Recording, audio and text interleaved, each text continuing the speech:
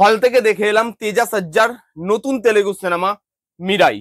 কেমন হলো সিনেমাটা সেটা নিয়ে কথা বলবো এই ভিডিওতে। প্রায় 3.5 ঘন্টা রানিং লেন্থ এই সিনেমাটার, দেখা উচিত না উচিত নয় সেই সবকিছু নিয়ে কথা বলবো এই ভিডিওতে। তার আগের গল্পটা আমি আপনাদেরকে একটুখানি বলে দিই। এখানে দেখানো হচ্ছে আমাদের হিরো, তার কিছু শক্তি আছে কিন্তু সে সেই শক্তি সম্বন্ধে অবগত নয় এবং তাকে সেই শক্তিগুলো এমনি এমনিতে দেওয়া হয়নি। তার সেই শক্তিগুলোর কিছু কাজ আছে। কি কাজ? সম্রাট অশোকার 9টা বই, যেখানে তিনি তার জ্ঞানকে ডিভাইড করে দিয়ে গেছেন এবং 9জন লোক সেগুলোকে সেভ করছে। হিরো আসছে সেই বইগুলোকে বাঁচাতে। কার হাত থেকে? শয়তান শক্তির হাত থেকে।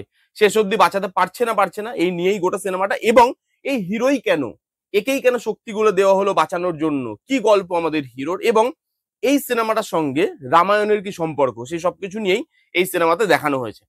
এবার যদি এই সিনেমার পজিটিভ দিক নেগেটিভ দিক নিয়ে কথা বলি, দেখুন পজিটিভ দিক আর নেগেটিভ দিক নিয়ে কথা বলার আগে একটা জিনিস আপনাদেরকে প্রত্যেককে বলে দিই। এই সিনেমাটা যদি আপনি না দেখেন, হলে গিয়ে না দেখেন, তাহলে আপনি একটা ভালো সিনেমা মিস করে যাবেন। যেই জিনিসটা বা যে সিনেমাটা আপনাকে হলে গিয়েই দেখতে হবে, ভালো স্ক্রিনে দেখুন, ভালো সাউন্ডে দেখুন, তাহলে এই রিভিউতে আমি কেন এই কথাগুলো বলছি সেগুলো আপনি বুঝতে পারবেন। আউটস্ট্যান্ডিং সিনেমা, মাস্টারপিস একটা সিনেমা, খুব খুব ভালো সিনেমা। এইবার এই সিনেমার পজিটিভ দিক, প্রথম মানে পজিটিভ দিক, এখানে না দেখবেন অনেক সময় কি হয়, ধরুন একটা হিরো, সেই হিরো কিছু হিরোইক কাজ করবে, তার কাছে হিরোইক শক্তি আছে, তাকে সেভাবেই প্রেজেন্ট করা হচ্ছে, এখানেও সেভাবে প্রেজেন্ট করা হচ্ছে। এবার অনেক সময় হয় কি, যে যেহেতু হিরো, তাকে না অনেক সময় তার যে ট্রান্সফরমেশনটা, সেই জিনিসটাতে টাইম দেওয়া হয় না, ওভারনাইট হয়ে যায় অনেক সিনেমাতে টাইমটাকে কমানোর জন্য। এখানে টাইমটাকে কমানো হয়নি, রানিং লেন্থ সেটা ফিল হলেও সেটা আপনি বুঝতে পারবেন যে রানিং লেন্থটা কেন এতটা বড়। একটা প্রবলেম আছে রানিং লেন্থে, সেটা আমি পরবর্তীকালে আসছি। কিন্তু এই রানিং লেন্থটা কেন দেওয়া হয়েছে, যে হিরোটা যেটা শক্তি সম্বন্ধে অবগত নয়, সেটা শক্তিটা বুঝছে, সে সেটার ব্যবহার জানছে এবং তার মায়ের সঙ্গে সম্পর্ক, এই যে সমস্ত জিনিসগুলো, এগুলোর বিল্ড আপ দিতে টাইম লাগে। সেগুলো ওভারনাইট একটা ডাইরেক্টর দেখিয়ে দিতে পারে না, যে চলো ভাই একটা জিনিস নিলাম, তার মধ্যে মাইথোলজিক্যাল জিনিসপত্র ঢোকালাম, একটা গল্প বানালাম, বানিয়ে আমি দেখিয়ে দিলাম। হিরো কিভাবে ওটায় পৌঁছালো, হিরো কিভাবে ট্রান্সফর্ম হলো, ওখানে জায়গায় দিচ্ছি না। এখানে ওই ট্রান্সফরমেশনটা ফিল হয়, জায়গাটা দিয়েছে, সে যে যাচ্ছে, সে যে তার গন্তব্যে পৌঁছাচ্ছে, তার একটা জার্নি আছে, ওই জার্নিটার সঙ্গে আপনি কানেকশন ফিল করতে পারেন। এবং এর যে গল্পটা, এখানে সম্রাট অশোকা, তার 9টা বই, তার কি রহস্য, তার কি গল্প, এই যে ছেলেটা মানে যে হিরো, তার এবং তার মায়ের একটা পাস্ট আছে, সেই জিনিসটা, এবং তার সঙ্গে রামায়ণের সম্পর্ক, এই প্রত্যেকটা জিনিসকে যেভাবে এক সুতোয় গেঁথেছে এবং এক জায়গায় আনা হয়েছে প্রত্যেকটা জিনিসকে, সেটা আউটস্ট্যান্ডিং। গল্পটা যেভাবে দেখানো হয়েছে এবং গল্পটাকে যেই লেন্থে দেখানো হয়েছে, সেটা খুব ভালো। এই যে স্ক্রিন প্লে রাইটিং, তার রাইটিং খুব স্ট্রং এবং প্রত্যেকটা জায়গায় সেই জিনিসটা ফিল হয়। গল্পটা দেখাচ্ছে, সিম্পল ভাবে দেখাচ্ছে, কিন্তু গল্পটা বুঝতে কোথাও অসুবিধা হচ্ছে না। বেসিক যে গল্পটা, সেটা খুব স্ট্রং এবং সেটাকে ভালোভাবে দেখানো হয়েছে। এই গল্পটাকে দেখাতে গেলে না, সিজিআই ভিএফএক্স এই ডিপার্টমেন্টটা স্ট্রং হওয়াটা খুব জরুরি ছিল। এই সিনেমাটার বাজেট বেশি নয় এবং এই সিনেমাটা আরেকবার প্রুফ করে দেয় যে একটা সিনেমা বানাতে বাজেট সেরকম ভাবে দরকার পড়ে না, ইন্টেনশনটা দরকার পড়ে। আপনার যদি ইন্টেনশন ভালো থাকে, আপনি একটা কম বাজেটেও এরকম ধরনের একটা প্রোডাকশন কোয়ালিটি দিতে পারবেন। এখানে সিজিআই এর কাজ, ভিএফএক্স এর কাজ ভাই তুখোর। এক একটা অ্যাকশন সিকোয়েন্স যেভাবে ডিজাইন করেছে, এখানে অনেকগুলো অ্যাকশন সিকোয়েন্স আছে, ওই অ্যাকশন সিকোয়েন্স গুলো দেখলে আপনি হা হয়ে যাবেন যে এই সিনেমাটা এতটাই কম বাজেটে তৈরি। একটা পাখির একটা জায়গা আছে, যেটা আপনি ট্রেলারেও দেখতে পাবেন, বলছি না আমি কি জায়গা, ওটা মজার জায়গা। ওই জায়গাটা লাস্টের ক্লাইম্যাক্স একটা ট্রেনের সিকোয়েন্স আছে, সেই জায়গাটা হিরো যখন আসছে, তাকে যখন একটা অ্যাকশন দিয়ে বিল্ড আপ দেওয়া হচ্ছে, সেই জায়গাটা, সেই প্রত্যেকটা অ্যাকশন সিকোয়েন্স, সেই জিনিসগুলো ভালো। এবং এই সিনেমাটা না আপনাকে ইমোশনালিও কানেক্ট করতে পারে। হিরো, তার সঙ্গে মায়ের একটা সম্পর্ক, তার মায়ের, সেখানে যে ইমোশনাল বন্ডিংটা তৈরি হয়, সেখানে যে ইমোশনটা, সেটা টাইম দিয়েছে এবং সেই ইমোশনটা আমাদের কাছে প্রপারলি উঠে আসে। তাড়াহুড়ো করা হয়নি। বারবার বলছি, সিনেমাটা দেখতে গেলে হাতে টাইম নিয়ে যাবেন। এবং এটা এরকম সিনেমা নয় যেটা আপনি পপকর্ন খেতে খেতে বা মোবাইল ঘাটতে ঘাটতে বা পাশের জনের সাথে গল্প করতে করতে দেখতে পারেন, এরকম সিনেমা এটা নয়। প্রত্যেকটা জায়গায় সিনেমাটা খুব ভালোভাবে জিনিসটাকে দেখিয়েছে। ভিএফএক্স এর কাজ অসাধারণ। এবং আরো একটা ডিপার্টমেন্ট যেটা মানে প্রশংসা না করলে নয়, সেটা হচ্ছে বিজিএম।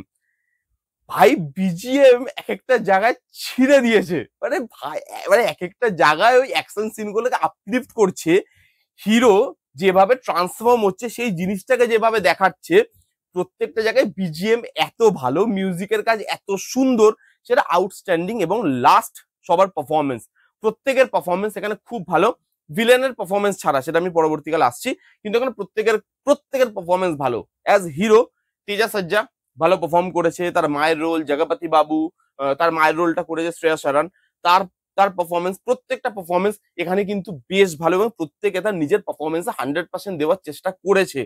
ভিজুয়ালি এই সিনেমাটা স্টানিং দেখতে লাগে, অনেকগুলো জায়গায় না সিনেমাটা রোটেট করে এবং ভিজুয়ালি স্পেকটাকেল সেই জিনিসটা আপনাকে দিতে পারে, কখনো বরফে, কখনো বালিতে, কখনো জঙ্গলে, কখনো ঝর্ণা পাহাড়, এই জিনিসগুলোকে যেভাবে সিনেমার মধ্যে ঢোকানো হয়েছে এবং কোনোটাই না আপনার মনে হবে না যে ফোর্সফুলি ঢোকানো হচ্ছে, প্রত্যেক কটা জিনিস দেখিয়েছে এবং তার পেছনে কি রিজন আছে সেটাকেও বলা হয়েছে। এবং লাস্টে রামায়ণের সঙ্গে যেভাবে জিনিসটাকে মিল করাবে, আমি বলছি না অবভিয়াসলি আজকে এই সিনেমাটা রিলিজ করেছে বললে অনেক কিছু রিভিল হয়ে যাবে, এখানে রামায়ণটাকে যেভাবে লাস্টে দেখিয়েছে ওই জায়গাটা গুজবাম দেবে আপনার।